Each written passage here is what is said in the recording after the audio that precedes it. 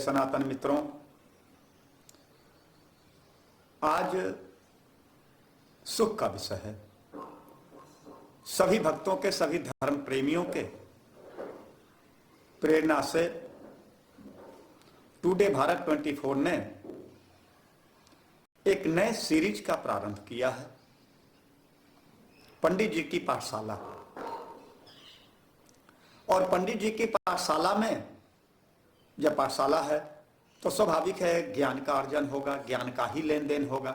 पाठ पढ़े पढ़ाए जाएंगे, कुछ पाठ मैं बताऊंगा।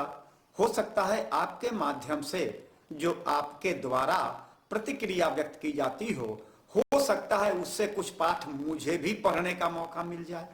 यह भी तो होता है, क्योंकि पाठकों की प्रतिक्रिया, श्रोताओं की प्रतिक्रिया वक्ता को प्रेरणा देती है। और मैं चतुर्वेदी वंशवर्धन शर्मा एक सामान्य व्यक्ति हूं, सरस्वती का उपासक हूं। मेरी हमेशा से ये कोशिश रही है, ऐसा प्रयास रहा है कि भगवती सरस्वती ने जो कुछ हमें दिया है मैं वह समाज में वितरित कर दूं, समाज को दूं। जो भी ज्ञान हमें प्राप्त हुआ है उस ज्ञान का तब तक समुचित उपयोग नहीं माना जाएगा जब तक वह समाज में फैले नहीं। जब समाज के लोगों तक यह बात पहुंच जाएगी, समाज के लोग लाभान्वित होंगे, तभी हमें समझ में आएगा कि मैंने अपने ज्ञान का सही उपयोग किया है। इसी कड़ी में आज प्रारंभ दिवस है और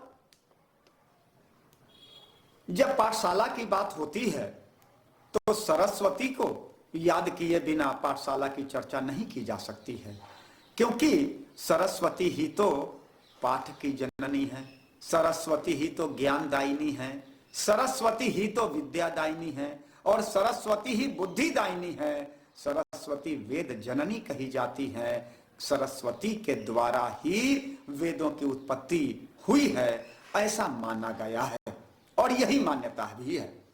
तो आज के इस एपिसोड में, प्रथम कड़ी में, मैं सिर्फ इतना बताना चाहूंगा कि हम सब लोग भगवती सरस्वती की आराधना करें, क्योंकि धन तो बहुत हो सकता है, परिश्रम करने के बाद, व्यवसाय के बाद धन की प्राप्ति हो सकती है।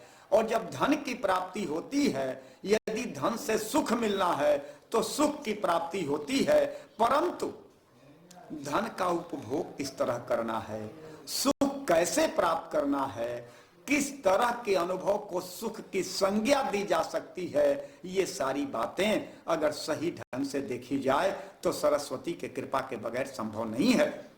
सरस्वती वो शक्ति है जो बताती हैं कि अपने ज्ञान के बल पर, अपने बुद्धि बल पर, अपने कौशल के बल पर किस तरह से समाज में रह करके स्वयं को धन्य बनाया जा सकता है और अपने ज्ञान बुद्धि के द्वारा समूचे समाज को आलोकित कैसे किया जा सकता है। यह कृपा सरस्वती के द्वारा ही प्राप्त होता है। तो आज सबसे पहले, बहुत नजदीक है भगवती सरस्वती के आगमन का दिन, 14 फरवरी। दुर्भाग्यवश भारत में नए नए विचारधाराओं के उदय की स्थिति बनी रहती है। आज 14 फरवरी को लोग वैलेंटाइन डे के नाम से जानते हैं। दुर्भाग्यवश भगवती सरस्वती की आराधना का यह दिन 14 फरवरी इस बार हो रहा है। वैलेंटाइन डे मनाने का भारत में रिवाज नहीं है, परंतु कुछ पाश्चात्य सभ्यता से रंगे हुए हमारे युवा वैलेंटाइन डे भी मनाते हैं। चलो मान लिया, इससे कोई परेशानी नहीं है, परंतु 14 फरवरी को 2024 भगवती सरस्वती का आगमन है। अब एक प्रश्न होता है, ये वसंत पंचमी क्या है? सरस्वती पूजा वसंत पंचमी ही क्यों है? इनको किन नामों से और जाना जा सकता है? इन सारे विषयों पर मैं धीरे धीरे आता हूं। सबसे पहले इसे श्री पंचमी भी कहते हैं। माघ शुक्ल पक्ष पंचमी तिथि को भगवती सरस्वती का प्रादुर्भाव इस सृष्टि में हुआ था। ज्ञानदायिनी भगवती सरस्वती ने इसी पंचमी के दिन इस धरा पर अपना अवतरण प्राप्त किया था। इसीलिए इसे सरस्वती अवतरण दिवस के नाम से जानते हैं। भगवती शारदा जो वाग्दायिनी कही जाती हैं, इनको वागीश्वरी भी कहते हैं। आवाज की शक्ति इन्हीं के द्वारा होती है। ये ज्ञानदायिनी कही जाती है, इसीलिए इन्हें ज्ञान माता कहते हैं। ये बच्चों को, जो पढ़ने वाले बच्चे होते हैं, उन्हें ज्ञान देती हैं, विद्या प्रदान करती हैं, इसीलिए इन्हें विद्यादायिनी कहा जाता है। संगीत भी ज्ञान से ही संबंधित है, विद्या से ही संबंधित है, इसीलिए इनके हाथ में वीणा है। ये वीणा के मधुर ताल से, मधुर धुन के द्वारा अपने बच्चों को, भक्तों को, हम सब तो इनके बच्चे ही हैं, अपने बच्चों को संगीतमय ज्ञान भी प्रदान करती हैं। जो भगवती सरस्वती की कृपा प्राप्त करना चाहता हो, पढ़ना चाहता हो, ज्ञान के द्वारा समाज में स्वयं को स्थापित करने की योजना जिसने बना रखी है, जिसके मन में ऐसी भावना है, उन्हें सरस्वती की आराधना करनी चाहिए। 14 फरवरी जो आज के समय में सरस्वती पूजा का दिन है, इस दिन ही भगवती सरस्वती का आगमन हुआ। और भगवती सरस्वती के आगमन होने के बाद ऐसा माना जाता है कि भगवती सरस्वती ने ही वेदों की रचना की है। वेदों का अवतरण भी इन्हीं के द्वारा हुआ है, इसीलिए इन्हें वेद माता भी कहा जाता है। वैसे वेद माता गायत्री को कहा जाता है सामान्य भाषा में, परंतु गायत्री भी सरस्वती का ही एक स्वरूप है। देखेंगे तो गायत्री श्वेत वस्त्र में, भगवती श्वेत या पीत वस्त्र में, सरस्वती को पीला और सफेद दोनों ही पसंद है। अब बसंत पंचमी इसे क्यों कहते हैं, जरा इस पर भी चर्चा कर लें। बसंत तो नाम से ही है, अंग्रेजी में इसे स्प्रिंग सीजन कहते हैं। यह ऋतुओं का राजा माना जाता है। जो भी ऋतु हैं उसमें बसंत पंचमी को ऋतुराज कहते हैं। यह बसंत पंचमी ऋतुराज क्यों है? यह काम का समय है। कामदेव की उत्पत्ति इसी बसंत ऋतु में हुई थी, और काम सृष्टि का वाहक है।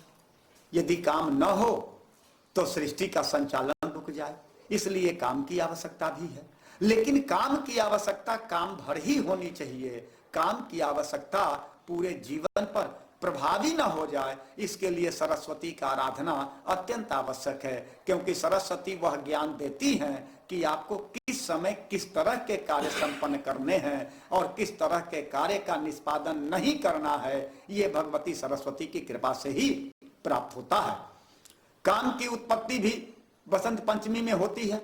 और बसंत पंचमी को आप एक चीज देखेंगे तो पूरे बसंत पंचमी में 2 महीने के मौसम में एक अजीब स्थिति दिखाई देती है। संपूर्ण प्रकृति में बदलाव हो जाता है, संपूर्ण वातावरण सुशोभित हो जाता है। सरसों फूलने लगते हैं, पीत वर्ण के होते हैं, सरसों फूलने लगते हैं, आम मंजर से भर जाते हैं, आमों में मंजर आता है। अब देखिए आम की बात करते हैं, एक एक फसल की बात करता हूं थोड़े थोड़े में। सरसों की बात करते हैं, सरसों पीतवर्णी है, इसका पुष्प पीतवर्ण का होता है।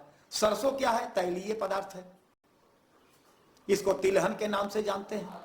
सरसों ना हो तो भोजन में स्वाद नहीं आए, और भोजन में स्वाद नहीं आएगा तो जब स्वाद नहीं आएगा तो भोजन रुचिकर नहीं होगा, और जब भोजन रुचिकर नहीं होगा तो पुष्टिकर नहीं होगा, और जब पुष्टिकर नहीं होगा तो स्वास्थ्य काम कैसे करेगा। और जब स्वास्थ्य विकृत होगा, स्वास्थ्य दूषित हो जाएगा, स्वास्थ्य ठीक नहीं रहेगा, तो कहा जाता है कि स्वस्थ शरीर में ही स्वस्थ मस्तिष्क का निवास होता है। तो जब शरीर स्वस्थ नहीं होगा, मस्तिष्क स्वस्थ नहीं होगा, और मस्तिष्क स्वस्थ नहीं होगा तो समाज विकृत हो जाएगा। अब देखिए सरसों फूल जाता है, सरसों में फूल आते हैं।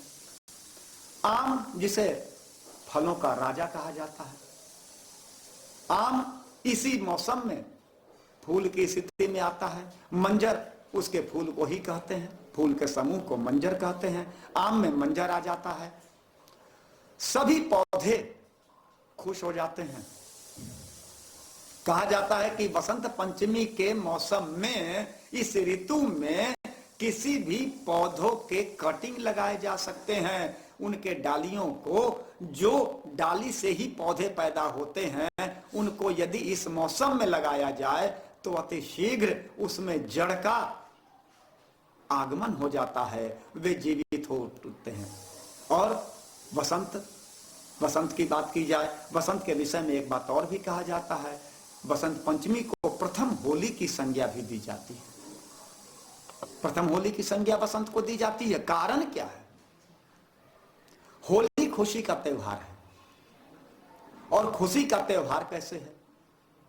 क्षमा करेंगे, बीच में एक दूसरी बात मेरे ध्यान में आ रही है, उस बात को पहले मैं बीच में लगा देता हूं, इसके बाद कथा को पुनः आगे बढ़ाता हूं। कहते हैं ये सनातनी प्रक्रिया बड़ी विचित्र प्रक्रिया है।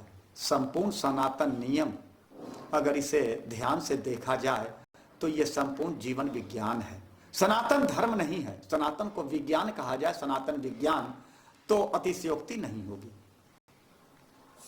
क्योंकि मैं इस बात को अपनी क्षमता के अनुसार, अपनी मानसिक क्षमता के अनुसार, अपनी बौद्धिक क्षमता से देखता हूं तो हमें एक बात समझ में आती है कि सामान्य विज्ञान जिसे हम कहते हैं, जहां पर उसकी सोच समाप्त हो जाती है, सनातन का सोच वहीं से प्रारंभ होता है।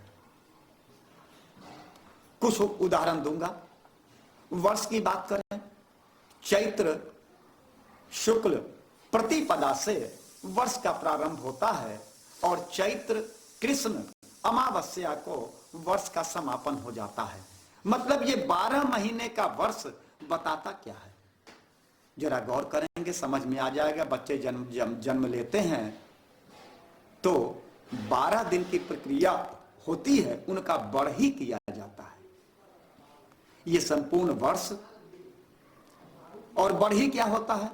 बढ़ी कहा जाता है कि सामान्यतया जन्म या मृत्यु जब हुआ करता है तो सूतक की स्थिति आ जाती है, जन्म शौच जिसे वृद्धि शौच कहते हैं, और मृत्यु शौच जिसे क्षय शौच कहते हैं, और ये 12 दिनों का होता है।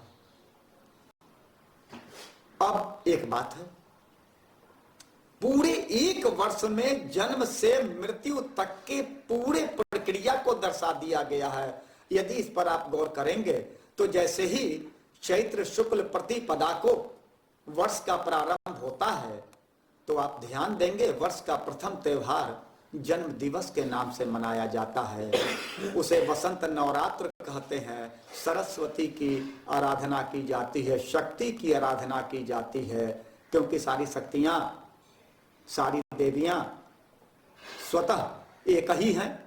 देवी की आराधना की जाती है, शक्ति की आराधना की जाती है, और इसके समापन दिवस पर नवमी के दिन श्री राम जन्मोत्सव मनाया जाता है।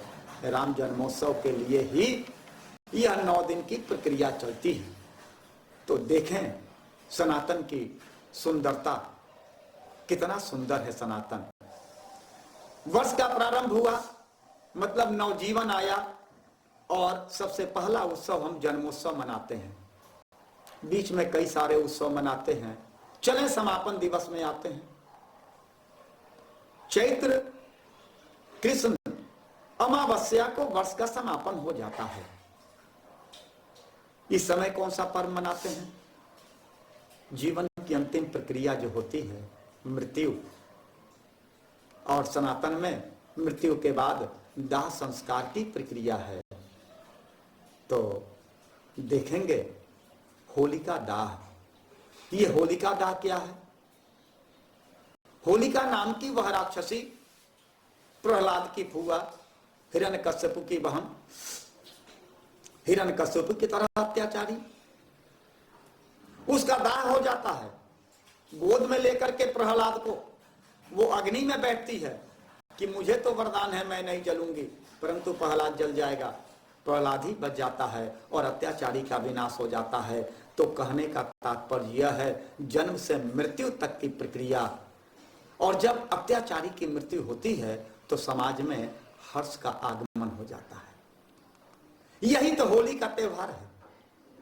और पूरे 2 माह तक, माघ पंचमी, शुक्ल पक्ष पंचमी से चैत्र कृष्ण पक्ष अमावस्या तक ये 55 दिनों का त्योहार बसंत पंचमी के नाम से जाना जाता है। यह ऋतु ही बसंत ऋतु कहा जाता है। इस ऋतु में सभी पौधे नए आवरण में आ जाते हैं। और जरा होली के त्योहार पर ध्यान दें क्या होता है। होली में सबसे पहले होलिका विभूति धारणम, मतलब होलिका जो जल के मर गई अग्नि में, जिसका संस्कार स्वतः हो गया अग्नि संस्कार, उसके भस्म को सबसे पहले मस्तक लेपन किया जाता है, माथे पर लगाया जाता है। गांव में जाकर देखेंगे तो एक प्रक्रिया होती है होली और धुरखेली। ये दो प्रक्रियाएं हैं, पहले धुरखेली इसके बाद होली। धुरखेली कैसे होगा? धुरखेली तो होगा जब प्रातः काल में लोग उस अग्नि में, होलिका की अग्नि में अपने घर से आलू भूनने जाते हैं, नए नए फसल जो होते हैं, चने को भूनने जाते हैं, गेहूं इनकी बालियों को भूनते हैं, नीम के पत्तों को उसमें सेंकते हैं, उसका सेवन करते हैं, क्योंकि पूरे वर्ष भर आपके शरीर के अंदर किसी प्रकार के रोगाणु का प्रवेश न हो जाए, जिसे आप बैक्टीरिया कहते हैं, उस बैक्टीरिया का प्रवेश नहीं हो जाए, इसके लिए इनका सेवन अत्यंत लाभप्रद कहा जाता है। नीम की कोमल पत्तियों का सेवन किया जाता है, वो जो लाल रंग की पत्तियां होती हैं। इस समय सभी पौधों में, सभी पत्तों में नए कोपल आ जाते हैं, सब नवजीवन धारण करते हैं, पूरे सृष्टि में नवजीवन का संचार हो जाता है। यही तो सनातन की सुंदरता है। देखें, बसंत पंचमी के आते ही, बसंत ऋतु के आते ही एक नया जीवन प्रारंभ हो जाता है। पुराने पत्ते झड़ जाते हैं, पौधे से पुराने पत्ते झड़ जाते हैं, मतलब वृद्धावस्था का समापन हो जाता है, बुरी शक्तियों का समापन हो जाता है, जो आपके अंदर कलुषित भावना है उसका समापन हो जाता है और नवजीवन का संचार हो जाता है। कितनी सुंदरता है, जरा ध्यान दें। सनातन समझने का विषय है। सनातन एक ऐसा विषय है कि सिर्फ यह कह देने से धारयते इति धर्मः नहीं होता है, यह तो सामान्य बात है। अब पूछ दे पिता कौन है, तो जिनके द्वारा मेरी उत्पत्ति हुई है वो पिता है, तो फिर माता कौन है? ये सामान्य परिचय है पिता का, लेकिन पिता तो वह विस्तृत आकाश है जिसके नीचे संतान अपने पंख को फैला करके इस पूरे प्रकृति का आनंद लेता है। तो जब पिता की परिभाषा नहीं दी जा सकती है, पिता का परिचय नहीं कराया जा सकता है, तो सनातन का परिचय कराना और धर्म का परिचय कराना मुश्किल है। इसलिए जितनी जानकारी जहां से जिसको प्राप्त हो जाए, क्योंकि यह संसार ज्ञान की ही पाठशाला है, कण कण में ज्ञान विराजमान है, हर कण में ज्ञान छुपा है। जरूरत है उसे तलाश लेने की, उसे खोज लेने की, उसे उठा करके अपने मन मस्तिष्क में डाल लेने की, क्योंकि जो कुछ भी आपने लिया है, यदि उसका आपने उपयोग किया तो आप ज्ञानी हैं, यदि ले करके आपने रख लिया तो आप अज्ञानी हैं। लक्ष्मी भी तो यही कहती हैं। लक्ष्मी के साथ भी तो बात यही है, क्योंकि धन यदि लक्ष्मी की कृपा से आपके पास आया है तो उसका उपभोग करो ना।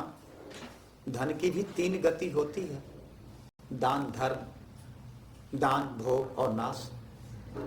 आपने दान किया तो धर्म की प्राप्ति होगी, भोग किया तो आपके शरीर की पुष्टि होगी। इन दोनों कार्यों को आपने नहीं किया है तो धन का विनाश होगा, और जो स्वामी होता है वह उसका उपभोग करता है। आपके पास यदि एक चादर है, जाड़े का मौसम है, आप उससे अपने शरीर पर रख करके गर्मी का अनुभव करेंगे। इसका मतलब चादर आपकी है, आपने उसका उपभोग किया है। यदि धन केवल संचय करके रखने की चीज होती, यदि केवल धन संचय करने की व्यवस्था में ही उचित है और धन की रक्षा आप कर रहे हैं, तो आप उसके चौकीदार हो सकते हैं, पहरेदार हो सकते हैं, आप मालिक नहीं हो सकते हैं। क्योंकि यदि धन आपका है तो उपभोग करना आपका धर्म है, दान देना आपका धर्म है। ठीक यही स्थिति सरस्वती के साथ भी है। यह ज्ञान तो सरस्वती ने ही दिया है।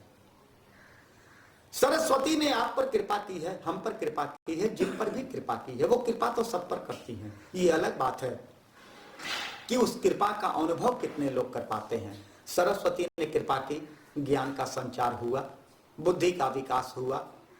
आप उसका दान करें, उसका दान करें। जितने को दान करते हैं, बचपन में जब हम लोग पढ़ते थे, कहा जाता था कि विद्या वैसा धन है कि जिसे इसे जितना भी दान किया जाए उतना बढ़ता है। उस समय बाल मस्तिष्क में ये बात समा नहीं पाती थी। धीरे धीरे जब कुछ बड़ा होता गया, ये बात समझ में आती गई, और जब इस अवस्था में पहुंच गया तो वह बात फलीभूत हो रही है।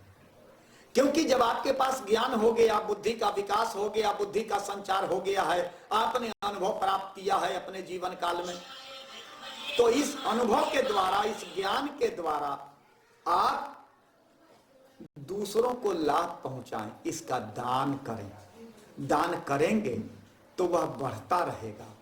दान नहीं करते हैं, उपभोग करें, उस ज्ञान से स्वयं को लाभ दें, उस ज्ञान से अपनी जीवन यात्रा को सुचारू रूप से चलाने में प्रयास करें। यदि दोनों कार्य नहीं करते हैं तो निश्चय ही धन का, उस ज्ञान रूपी धन का विनाश हो जाएगा, क्योंकि आपके साथ ही वह चला जाएगा और आपके ज्ञान का उपभोग समाज नहीं कर पाएगा। तो वैसे ज्ञान की आवश्यकता क्या है? फल लग गया हो वृक्ष में और उस फल को किसी ने चखा नहीं, वृक्ष ने कभी तोड़ने नहीं दिया, तो उस फल की उपयोगिता क्या है?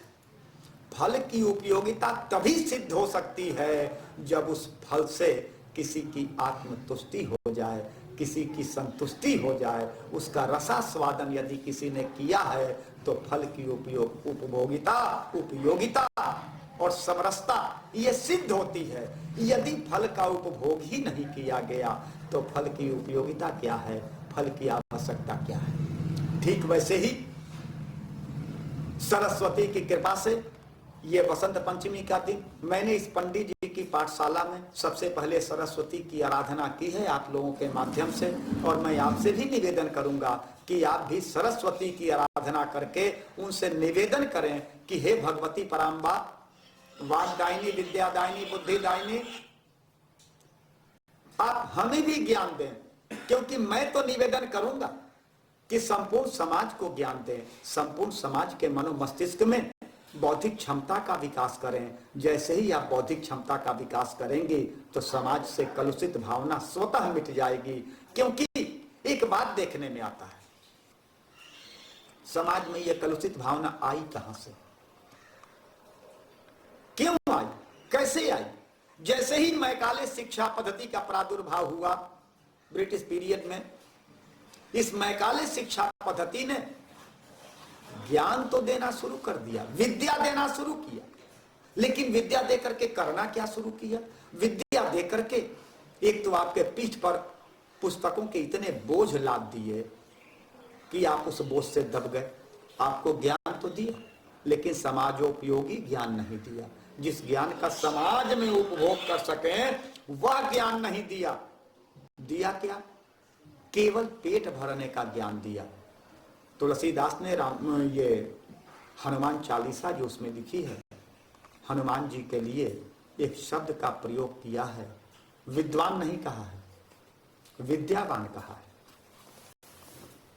विद्यावान, गुणी, अति चातुर। सरस्वती की कृपा होगी तो आप विद्यावान होंगे, विद्वान नहीं होंगे। क्योंकि विद्वान होने का मतलब है कि आपने ग्रंथों को पढ़ तो लिया है, पुस्तकों को पढ़ तो लिया है, उसके उपभोग की, उसके उपयोग की आपकी मानसिक स्थिति नहीं है। क्योंकि यदि उसके उपयोग की स्थिति आपके अंदर नहीं है, वह ज्ञान आपको प्राप्त नहीं हुआ है, आप अपने विद्या का समुचित उपयोग नहीं कर सकते हैं, तो आप विद्वान तो हो सकते हैं क्योंकि आपने पुस्तकों को पढ़ लिया है, उसके अंदर लिखी हुई विद्या को आपने ग्रहण तो कर लिया है, लेकिन उसका उपयोग कैसे करना है, किस तरह से उसे संचालित करना है, किस तरह उसका लाभ लेना है, यह ज्ञान आपके पास यदि नहीं है तो वह विद्या आपके लिए अनुपयोगी है। और इसीलिए तुलसीदास जी ने विद्वान नहीं कहा, विद्यावान कहा। वह विद्या उनके अंदर निहित है। सरस्वती की कृपा से वो विद्या उनके पास है कि अपने ज्ञान का कैसे, कहां, किस तरह, कितना, कब प्रयोग कर देना है, यह क्षमता हनुमान जी महाराज के पास था। और मैं चाहता हूं कि संपूर्ण समाज जो इस चैनल के माध्यम से ये सुन रहे हैं या जो नहीं भी सुन रहे हैं, उनके लिए भी भगवती सरस्वती से मेरी इतनी ही आराधना है कि उनके अंदर बौद्धिक विकास दें, उनके बौद्धिक क्षमता को बढ़ाएं। क्योंकि जब बौद्धिक क्षमता बढ़ेगी, मनुष्य की सोच विस्तृत हो जाएगी। क्योंकि स्वार्थ और लाभ ये दोनों लगभग एक होते हुए भी बड़े अलग अलग हैं। आपकी सोच जितनी छोटी होती है उतने आप स्वार्थी हो जाते हैं, और आपकी सोच जितनी बड़ी होती है उतने आप लाभार्थी हो जाते हैं। बस यही तो फर्क है। यदि किसी दुकानदार ने धन लगाया है व्यवसाय में, तो लाभ तो वह चाहता है। उसकी सोच सीमित हो जाए, छोटी हो जाए कि जो ग्राहक आया है पता नहीं कल आएगा या नहीं आएगा, इसलिए इससे अच्छी आय की प्राप्ति कर लो। जैसे ही वह ऐसा सोचता है तो अत्यधिक संभावना है कि वह ग्राहक कल होकर के इसके पास नहीं आएगा, क्योंकि आज आया है उससे अच्छे आय की प्राप्ति करने का प्रयास कर रहा है। और यदि वह ऐसा सोच लेता है कि यह ग्राहक जो मेरे पास आया है जीवन भर मेरे ही पास आया करे, इससे वह आमदनी कम लेगा, कम आय पर उसके साथ व्यवसाय करेगा। और जब कम आय पर व्यवसाय करेगा उसे भी समझ में आएगा ग्राहक को कि मैंने जो दूसरे दुकान से सामान लिया था, सामान उससे बुरा नहीं है, उम्दा है, अच्छा है और कीमत भी थोड़ा कम है, तो कहीं से भी खरीदना है, क्यों नहीं यहीं से खरीदा जाए। यही स्वार्थ और लाभ में फर्क है। सोच जितनी छोटी, स्वार्थ उतना बड़ा हो जाता है। जो विध्वंसकारी होता है, विनाशकारी होता है, और सोच जितनी बड़ी हो जाती है वह समाज के लिए उपयोगी हो जाता है। तो मैं संपूर्ण समाज से करबद्ध निवेदन करना चाहूंगा कि आप सब लोग इस पंडित जी की पाठशाला को सुनते हुए, इस पाठशाला में आते हुए, यदि इससे थोड़ा भी यह आवश्यक नहीं कि मैं जो कह रहा हूं, ज्ञान की सीमा यही समाप्त हो जाती है, क्योंकि ज्ञान तो असीम है। जो भी क्षमता सरस्वती ने मुझे दिया है मैं तो वही बांटने का प्रयास कर रहा हूं। इससे यदि आप थोड़ा भी लाभान्वित हो जाते हैं तो मेरा अहोभाग्य होगा। और मैं पुनः आप सबसे करबद्ध निवेदन करूंगा कि आप सुने, और केवल नहीं सुने, केवल नहीं देखें, इसके जो गूढ़ तत्व हैं, जो आपके लिए उपयोगी है, उसे निकालें, उसे जीवन में लाएं, उसका उपभोग करें और अपने जीवन को सुखमय बनाएं। क्योंकि इसके आज के इस एपिसोड को विराम देने से पहले एक बात और बता दूं। बसंत पंचमी के दिन एक काम और हुआ था। वो क्या हुआ था? सिख संप्रदाय के अंतिम और 10वें गुरु गुरु गोविंद सिंह जी महाराज का विवाह बसंत पंचमी के दिन ही हुआ था। और अच्छे समय पर विवाह के बाद जो संतान की उत्पत्ति होती है वह भी विलक्षण हुआ करती है। तो देखें गुरु गोविंद सिंह जी के संतानों को, वे संतान जो छोटे ही थे दीवार में चुन दिए गए। आह नहीं भरी है उसने, दीवारों में चिन जाने पर आ नहीं भरी है। बड़े ने छोटे से कहा, दुख का विषय मेरे लिए है कि तुम तो थोड़े छोटे हो, तुम पहले ढक जाओगे। छोटे ने पैर के नीचे ईंटा लगाकर अपने आप को ऊंचा किया कि न कोई छोटा है न बड़ा है, हम दोनों एक दूसरे को देखते हुए परलोकगामी हो जाएं तो चिंता का विषय कैसा है। ऐसा ज्ञान देने वाली पराम्बिका भगवती वाग्दायिनी सरस्वती के चरणों में प्रणाम निवेदन करते हुए आज के इस एपिसोड को विराम दूंगा और सब लोगों से निवेदन करूंगा कि आप भी भगवती सरस्वती की आराधना करें। जय भारत, जय सनातन, जय विश्व वैदिक धर्म संघ और जय टुडे भारत 24 जिसने यह बीड़ा उठाया है। इनको तो धन्यवाद देना अत्यंत आवश्यक है, क्योंकि ज्ञान प्रसारित कर देने वाला व्यक्ति भी, ज्ञान को समाज में फैला देने वाला व्यक्ति उस ज्ञानी से ज्यादा पूजनीय है, क्योंकि धन तो कहीं भी रखा है, समाज में उपयोगी हो ऐसा प्रयास करने वाला सर्वथा पूजनीय है। इन्हीं शब्दों के साथ अपने वाणी को विराम दूंगा। जय भगवती वाग्दायिनी सरस्वती की।